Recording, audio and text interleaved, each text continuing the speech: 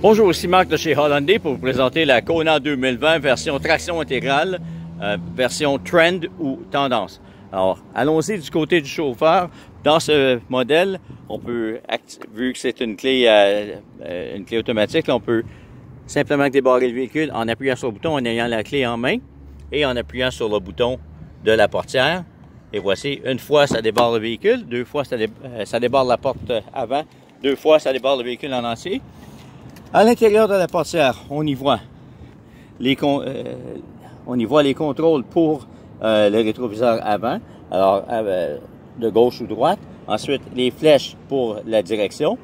Ensuite, pour verrouiller, déverrouiller le véhicule, cadenas fermé, cadenas ouvert. Le bouton pour verrouiller les fenêtres et le contrôle des 4 fenêtres de ce côté-ci. Maintenant, si on va du côté du plancher, on voit le levier pour le réservoir d'essence.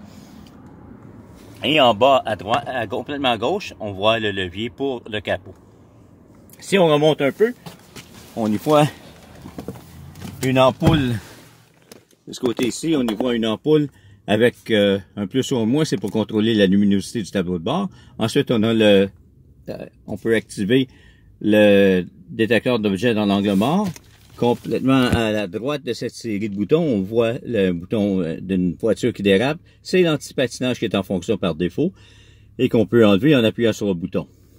Maintenant, si on remonte plus près du volant, on voit la manette pour le contrôle des feux de circulation ou des phares et des feux de signalisation. Alors, si on place en mode automatique, tout va se faire automatiquement, autant les phares de jour, les phares de nuit, le mode haute ou des phares régulières, tout va se faire automatiquement en le mettant en position automatique. Alors, si on règle là, aucun souci après pour le reste du trajet ou de l'utilisation du véhicule. Sur le volant, à notre gauche, on a la commande le contrôle de l'activation vocale ou de la commande vocale, le mode pour voir AM, FM et tous les autres médias qui peuvent être branchés à la voiture. Contrôle du volume, monter ou descendre en appuyant vers le haut ou vers le bas. Ici pour faire la sélection du mode. Téléphone ouvert pour prendre un appel, téléphone fermé pour terminer un appel. Si on va maintenant à l'intérieur du tableau de bord, on voit que l'odomètre, l'indicateur de la vitesse et de la température du véhicule, ensuite le réservoir d'essence, on voit toutes sortes d'informations que l'on peut modifier à l'aide du bouton qui se trouve à droite du volant avec le petit calepin. Alors, en appuyant là-dessus, on va pouvoir contrôler et changer l'information qui se trouve devant nous sur la console. Et en appuyant en utilisant les flèches, on peut changer le menu et voir ce qu'on veut faire avec ça. Alors, ça, c'est pour accéder au menu qui est au tableau de bord. Le régulateur de vitesse cruise. Pour le mettre en fonction, on appuie sur cruise. Ensuite, pour le régler, on atteint la vitesse désirée et on appuie sur 7 vers le bas. Et si on veut l'annuler, cancel ou encore appuyer sur le frein. Le OK, c'est pour sélectionner les différentes informations sur le tableau de bord. Si on va du côté de la radio maintenant, pour activer la radio, bien simplement qu'appuyer sur le bouton rond qui est ici, le bouton du volume. On peut baisser le volume. On peut sélectionner les postes de radio en utilisant les flèches Seek et Track pour monter ou descendre. Choisir le média, choisir la radio, choisir la bande en AM, FM, etc. On a l'écran de base sur le moniteur de la radio ou de la console. Du côté droit plutôt, on a un bouton qui s'appelle Home qui nous permet de revenir à cet écran de départ.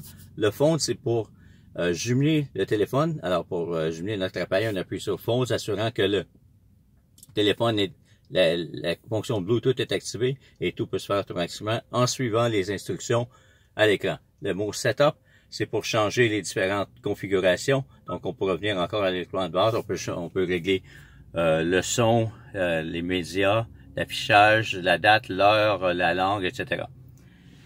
Si on descend un peu plus bas pour contrôler la température, on a le bouton, la roulette, là, plus on va vers le rouge, vers la droite, c'est plus chaud, vers la gauche, vers le bleu, c'est plus froid.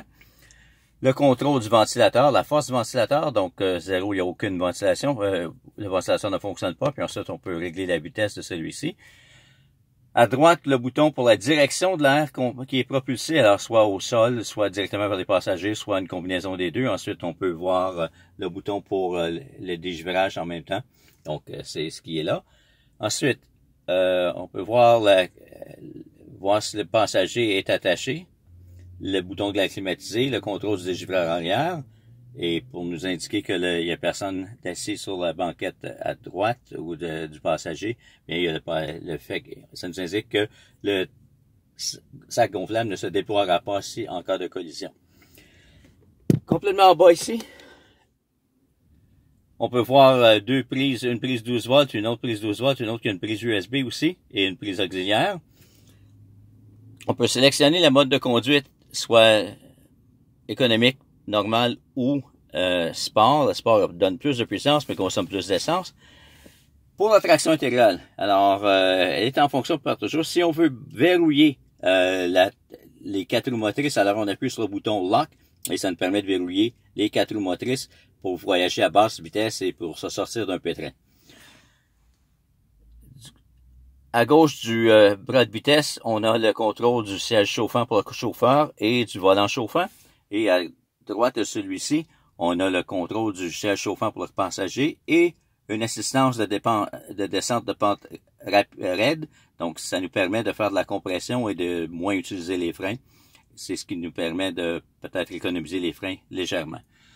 Alors, ce modèle-ci, bien, pour les lumières à l'intérieur du véhicule, on règle le bouton au centre et ça permet de tout régler. Et si on va de ce côté-ci, bien, on a un petit réceptacle pour installer des verres fumés. Et pour ce qui est des contrôles à l'arrière, bien, ce modèle-ci n'est pas muni de siège chauffant à l'arrière. Alors, s'il y en avait, les contrôles seraient sur les poignées de la portière. Alors, ça en est ainsi pour la traction intégrale de la Kona version Trend 2020.